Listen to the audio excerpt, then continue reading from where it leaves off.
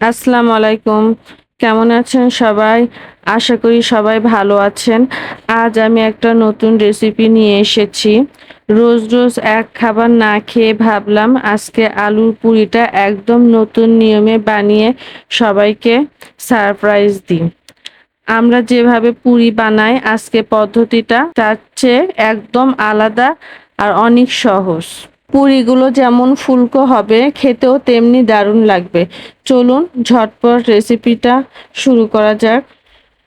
প্রথমে ময়দার সাথে লবণ, গুঁড়ামরিচ, চিলি ফ্লেক্স, গরম মশলার গুঁড়া, ভাজা জিরার গুঁড়া, চাট মশলা আর কিছুটা তেল দিয়ে দিলাম। আর আগে থেকে সিদ্ধ করে রাখা আলুর ম্যাশ দিয়ে দিলাম। দিয়ে এখন সব কিছু ভালো করে মেখে নিব। সব সময় তো আলুর পুর আলাদা করে ভেতরে দেওয়া হয়। আজ আমি সব মশলা আর সিদ্ধ আলু একবারে ময়দার সাথে দিয়ে দিলাম। এবার অল্প একটু পানি দিয়ে পুরোটা একসাথে খুব ভালোভাবে মেখে নিব। এতে পুর ফেটে বের হওয়ার কোনো ভয় থাকবে না আর ঝটপট তৈরি হয়ে যাবে।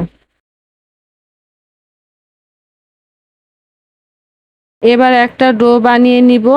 ডোটা থেকে একটা বড় রুটি বেলে নিব। তারপর একটা গ্লাস দিয়ে ছোট ছোট গোল করে পুরিগুলো কেটে নিব।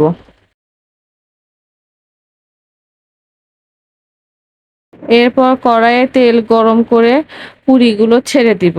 তেলের মধ্যে পুরিগুলো সুন্দর ফুলে উঠে যখন লালচে কালার হয়ে আসবে তখনই প্লেটে তুলে নিব।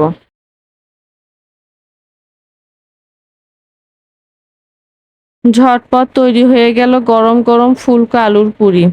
আশা করি রেসিপিটি আপনাদের ভালো লেগেছে। এরকম রেসিপি ভিডিও পেতে আমার চ্যানেলটি সাবস্ক্রাইব করুন এবং আমার পেজটি ফলো করুন। আল্লাহ হাফেজ।